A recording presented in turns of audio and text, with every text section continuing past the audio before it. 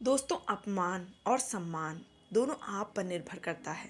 हम सभी चाहते हैं कि हर जगह हमारा सम्मान हो और कोई भी कहीं भी हमारा अपमान न करे।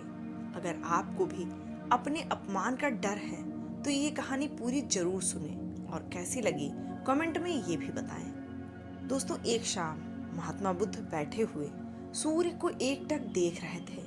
तभी उनका एक शिष्य उनके पास आया और बोला, गुरुजी, उस जमींदार ने मेरा अपमान किया है।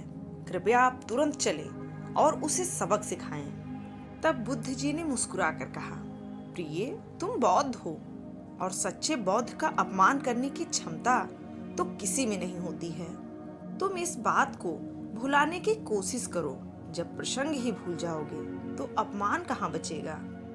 शिष्य बोला, लेकिन गुरुदेव, उसने मुझे तो सब कहा ही। उसने आपके बारे में भी अपशब्द कहे। आपको चलना ही होगा। अगर आप मेरे साथ चलेंगे तो आपको देखकर वह जरूर शर्मिंदा हो जाएगा और अपनी की गई गलती की क्षमा मांगेगा। बस मैं इतने में ही संतुष्ट हो जाऊंगा। अब बुद्ध जी समझ गए कि शिष्य बदला लेना चाहता है और उसमें बदले की भावना प्रबल हो गई है, इसलिए अभी इसे समझाने का कोई भी लाभ नहीं है।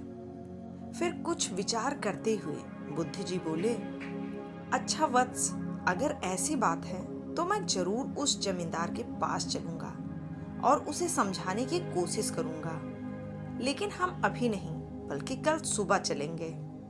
शिष्य इस बात के लिए मान गया और कहा, है ठीक गुरुदेव, हम कल सुबह ही उसके पास चलेंगे। ऐसा कह वह वहां से चला गया।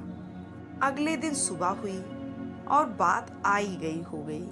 शिष्य भी अपने काम में लग गया और बुद्ध जी अपनी साधना में। जब दोपहर होने पर भी शिष्य ने बुद्ध जी से कुछ भी नहीं कहा तो बुद्ध जी ने स्वयं ही शिष्य से पूछा, आज उस जमींदार के पास चलोगे ना? तब शिष्य बोला, नहीं गुरुवर, जब मैंने उस घटना पर फिर से विचार किया तो मुझे इस बात का आभास हुआ कि भूल मेरी ही थी। मुझे अपनी गलती का पश्चाताप है और अब हमें उस जमींदार के पास जाने की कोई आवश्यकता नहीं है। तो दोस्तों, आपको ये कहानी कैसी लगी कमेंट में जरूर बताएं और वीडियो को लाइक करें, शेयर करें और चैनल को सब्सक्राइब जरूर करें। और वीडियो देखने के लिए आपका बहुत बहुत धन्यवाद।